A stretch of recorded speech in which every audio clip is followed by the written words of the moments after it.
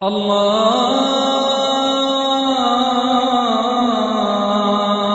আকবার, আল্লাহু আকবার, আল্লাহু আকবার, আল্লাহু আকবার।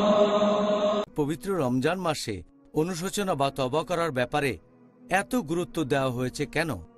এই মাসটা খুবই স্পেশাল, কারণ আল্লাহ সুবহানাহু ওয়া তাআলা তার বান্দাদের, তার ভৃত্যদের সবচেয়ে বেশি ক্ষমা করেন এই মাসেই। সেজন্যই বলা হয়ে থাকে যে রমজান হচ্ছে ক্ষমাশীলতার মাস।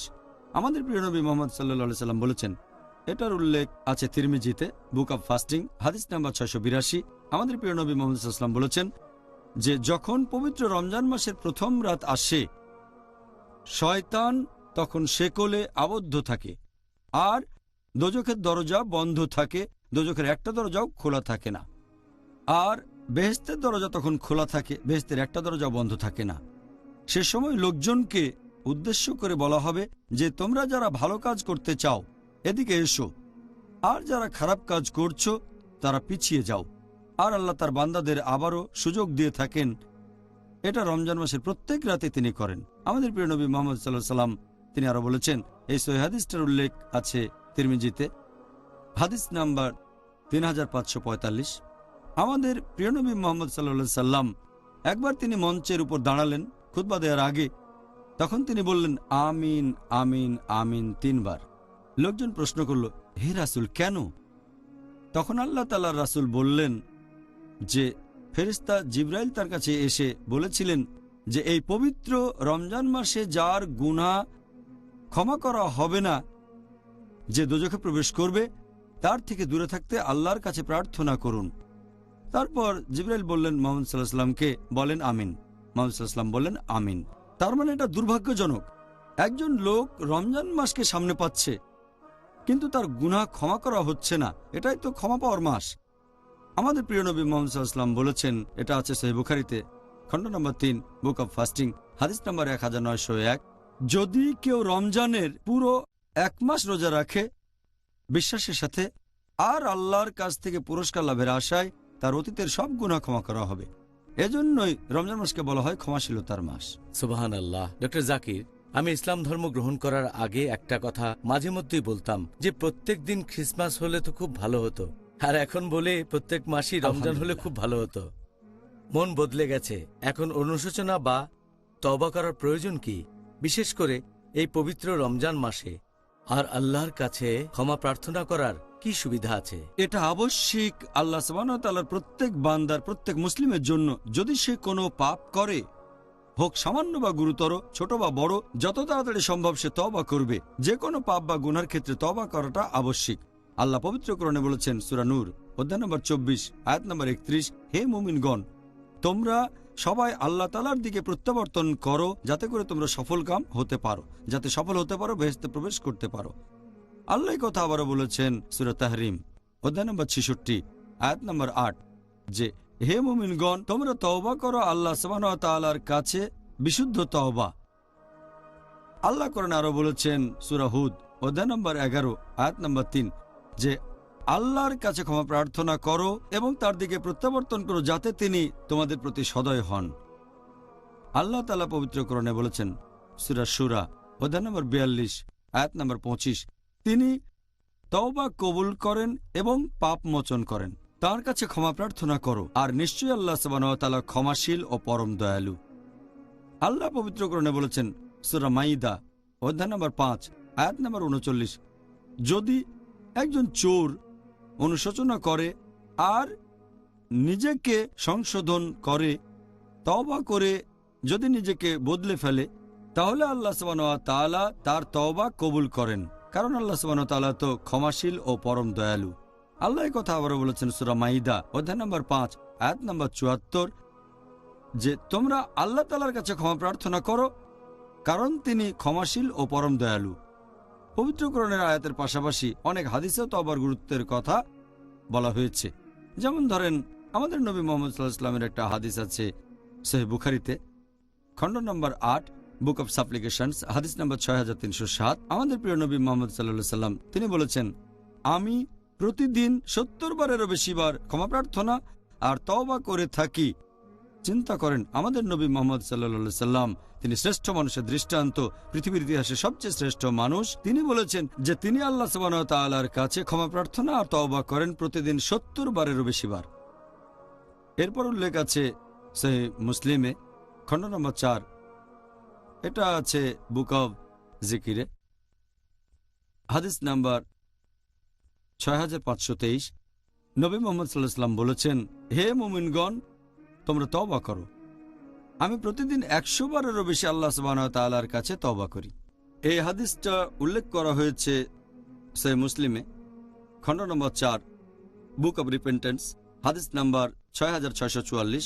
আমাদের প্রিয় নবী মুহাম্মদ সাল্লাল্লাহু আলাইহি ওয়াসাল্লাম বলেছেন, আল্লাহ সুবহানাহু ওয়া তাআলা রাতের বেলায় হাত বাড়িয়ে দেন তাদের দিকে যারা তওবা করে তাদের পাপের জন্য, যেগুলো তারা করেছে ভোর থেকে সন্ধ্যা হওয়া পর্যন্ত। আর আল্লাহ সুবহানাহু ওয়া তাআলা দিনের বেলায় হাত বাড়িয়ে দেন তাদের দিকে যারা তওবা করে তাদের পাপের জন্য, যে পাপগুলো তারা করেছে সন্ধ্যা থেকে ভোর পর্যন্ত, যতদিন না সূর্য পশ্চিম দিকে ওঠে, মানে রোজ কিয়ামতের দিন পর্যন্ত। তার মানে আল্লাহ কিয়ামতের দিন পর্যন্ত আমাদের ক্ষমা করবেন যে তওবা করবে।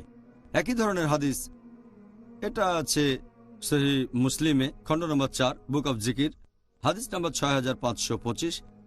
আমাদের নবী মুহাম্মদ সাল্লাল্লাহু আলাইহি ওয়াসাল্লাম বলেছেন যে আল্লাহ সুবহানাহু ওয়া তাআলা তাঁর বান্দাদের ক্ষমা করবেন যদি সে তওবা করে যতদিন না পশ্চিম দিকে সূর্য ওঠে। তার মানে আল্লাহ সুবহানাহু ওয়া তাআলা আমাদের ক্ষমা করবেন রোজ কিয়ামতের আগ পর্যন্ত যদি তার কোনো ভৃত্য, তার কোনো বান্দা তওবা করে। এছাড়াও উল্লেখ করা হয়েছে সহিহ বুখারীতে, খণ্ড নম্বর 8, বুক অব রিকাক, হাদিস নাম্বার 6438। আমাদের প্রিয় নবী মুহাম্মদ সাল্লাল্লাহু আলাইহি ওয়াসাল্লাম বলেছেন যে যদি কোনো আদম সন্তানকে দেয়া হতো 1 পাহাড় স্বর্ণ, সে তারপরও দ্বিতীয় একটা পাহাড় চাইতো। আর যদি তাকে দেওয়া হতো দ্বিতীয় স্বর্ণের পাহাড়, সে তৃতীয়টা চাইতো। কারণ ধুলা ছাড়া আর কিছু দিয়েই আদম সন্তানের পাকস্থলী পূর্ণ হবে না। এখানে মানুষের লোভের কথা বলা হয়েছে। আল্লাহ তাআলা তাকে যতই নিয়ামত দিন, সে একটার পর একটা চাইতে থাকে। আসলে তার তওবা করে ক্ষমা প্রার্থনা করা উচিত। আর একটু আগে বলা হাদিসটার একটা ভার্সন আছে, এটার উল্লেখ আছে সহিহ মুসলিমে, খণ্ড নম্বর 4, বুক অব জিকির, হাদিস নাম্বার 6613। আমাদের প্রিয় নবী মুহাম্মদ সাল্লাল্লাহু আলাইহি ওয়াসাল্লাম বলেছেন যে আল্লাহ সুবহানাহু ওয়া তাআলা খুব খুশি হন যখন তার বান্দা তওবা করে, যখন ক্ষমা প্রার্থনা করে। তার চেয়ে খুশি যে মরুভূমিতে ঘুরে বেড়াচ্ছে, উটের পিঠে বিশ্রাম নিতে থামলো, একটা গাছের নিচে ঘুমিয়ে পড়ল। যখন সে ঘুম থেকে উঠল তখন দেখলো যে তার মালপত্র বোঝাই উটটা সেখানে নেই। সে একটা পাহাড়ে উঠে উটটাকে খোঁজার চেষ্টা করলো, কিন্তু পেল না। আরেকটা পাহাড়ে উঠল সে, কিন্তু উট সেখানে পেল না। তৃতীয় পাহাড়ে উঠল, কিন্তু উট খুঁজে পেল না। তখন সে আগের জায়গায় ফিরে আসলো আর দেখলো মালপত্র নিয়ে উটটা সেখানে বসে আছে। সে খুশি হয়। আর আল্লাহ সুবহানাহু ওয়া তাআলা তার চেয়ে অনেক বেশি খুশি হন যে মালপত্র সহ তার হারানো উটটাকে খুঁজে পেয়েছে। আল্লাহ তার চেয়ে অনেক বেশি খুশি হন যখন কোনো বান্দা তওবা করে এবং ক্ষমা প্রার্থনা করে তার কাছে। এই হলো অনুশোচনা বা তওবার গুরুত্ব। এতে করে আমার নিজের ইসলাম গ্রহণের কথা মনে পড়ল। রমজান মাস, এই সময় খুঁজে পেয়েছি আমার ফিতরা, আলহামদুলিল্লাহ। অনুশোচনা করা বা তওবা করার উপকারিতা হচ্ছে, সেটা ইমাম রাগিব ইফতিয়ানির মতে তওবা করার 3টা উপকারিতার কথা তিনি বলেছেন। 1 নাম্বার, এটা মানুষের দোষ ত্রুটিকে শনাক্ত করে, আর সে বুঝতে পারে কোন জায়গা থেকে তার মনে শয়তান প্রবেশ করছে। বুঝতে পারে তার অমুক জায়গাটা দুর্বল, সেখান থেকে শয়তান প্রবেশ করতে পারে। এভাবে একজন মানুষ শয়তানের বিরুদ্ধে প্রস্তুতি নিতে পারে।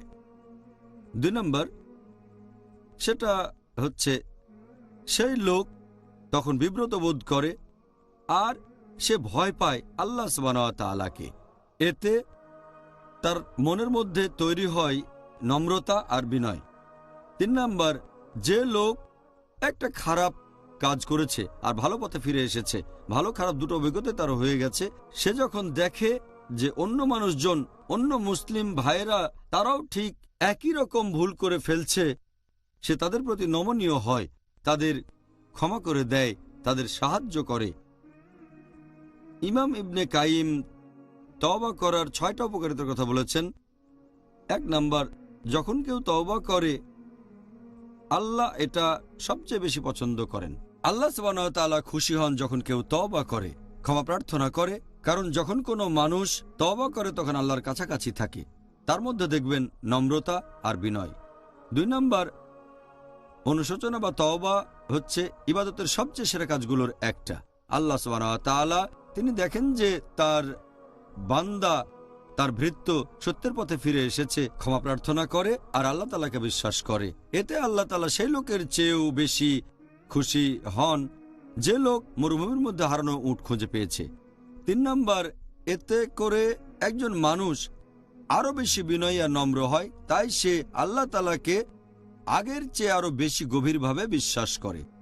4 নাম্বার, যখন কোনো মানুষ তওবা করে তার মন ভেঙে যায়, আর এই সময় আল্লাহ সুবহানাহু ওয়া তাআলা তিনি দোয়া এবং তওবা কবুল করবেন। আমাদের প্রিয় নবী মুহাম্মদ সাল্লাল্লাহু আলাইহি ওয়াসাল্লাম বলেছেন, এটা আছে ইবনে মাজাহ খণ্ড নম্বর 3 বুক অফ ফাস্টিং হাদিস নম্বর 1752, যে আল্লাহ সুবহানাহু ওয়া তাআলা 3 ধরনের মানুষের দোয়া কবুল করবেন। একটা ন্যায় বিচারক, শাসক বা ইমাম, 2 নম্বর যে লোক রোজা রেখেছে, আর 3 নম্বর অত্যাচারিতদের। আরেকটা হাদিসে উল্লেখ করা হয়েছে আল্লাহ সুবহানাহু ওয়া তাআলা 3 ধরনের মানুষের দোয়া কবুল করবেন, যারা ভ্রমণ করছে, যারা রোজাদার আর অত্যাচারিত। তাহলে বুঝতে পারছেন যে এই 3 ধরনের মানুষের মন ভাঙা। আল্লাহ সুবহানাহু ওয়া তাআলা সেই বান্দাদের আরো কাছাকাছি আসেন যাদের মন ভেঙে গেছে, আর আল্লাহ সুবহানাহু ওয়া তাআলা তাদের সাহায্য করবেন, দয়া করবেন। 5ম উপকারিতা হচ্ছে যখন একজন মানুষ মন থেকে অনুশোচনা করে, এটা ইবাদতের সবচেয়ে সেরা কাজগুলোর একটা।